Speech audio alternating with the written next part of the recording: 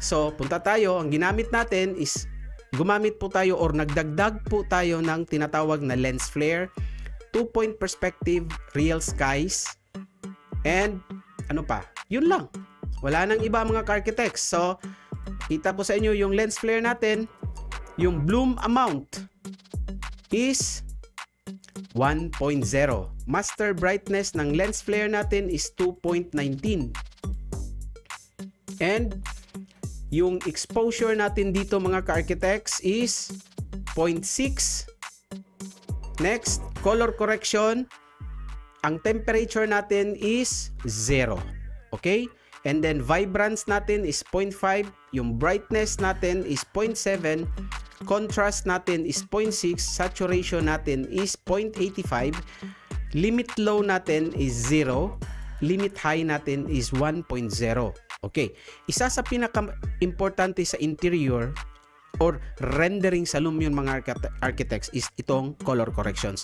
The moment hindi kayo marunong magtimpla dito sa color corrections, hindi ninyo makukuha yung exact output or quality output sa isang presentation. Tandaan nyo yan.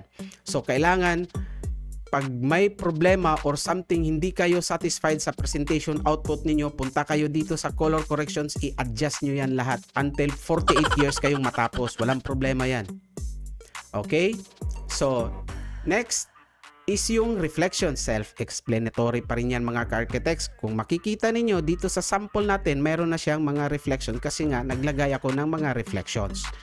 Hyperlight, hindi ko yan siya in-adjust. Next, itong skylight, hindi ko rin yan in-adjust. Next, shadow. Yung shadow natin, as I have said, ito lang yung ina-adjust ko. It's either nire-reduce ko or ini-increase ko.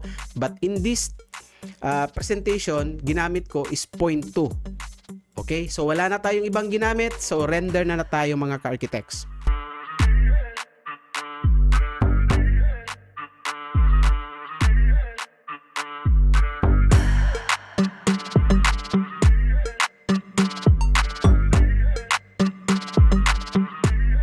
Okay, so yan na. Yan na yung output natin mga ka-architects. Kung mapapansin ninyo, may mga portion siyang medyo dark and then meron din siyang portion na medyo maliwanag. Kasi nga, ang ginamit natin dito is mostly is, ano tawag dito, is lamp light or should I call spotlight. Okay, so dito meron siyang mga tinatawag na line light. Then, yung may mga portion din dito na medyo madilim. So kung mapapansin niyo architects, hindi siya masyadong overexposed, hindi rin siya masyadong overdark. Kasi nga kinontrol natin yung mga artificial lights. Remember mga ka-architects, walang natural light na pumasok dito or pumasok sa subject natin. So ito ang isa sa pinakamahirap i-render sa Lumion when it comes to presentations, especially sa interior. So make sure mga ka-architects, yung artificial lights, pag-aralan ninyong mabuti yan kung ilan yung intensity na gagamitin ninyo. Huwag masyadong, architects, huwag masyadong over bright or yung intensity niya taasan ninyo just for the sake liliwanag yung area ng subject ninyo. No, hindi.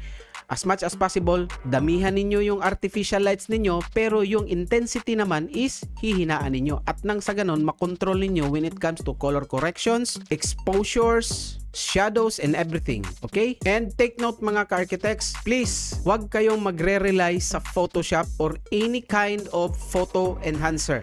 Hindi kayo matututo niyan as long as ginagamitan ninyo ng Photoshop or other photo enhancer. Remember, pag inedit niyo yung image niyo, hindi na yan siya magiging pareho doon sa video animations niyo mga ka-archi. Remember that. There you have it once again. Tapos na naman po tayo sa isang napakagandang discussion sa araw na ito. Sana naman po marami kayong natutunan, and please don't forget to subscribe my YouTube channel, ADS Render Plus Animations. Once again, this is Architect Richard Noel. Maraming salamat po.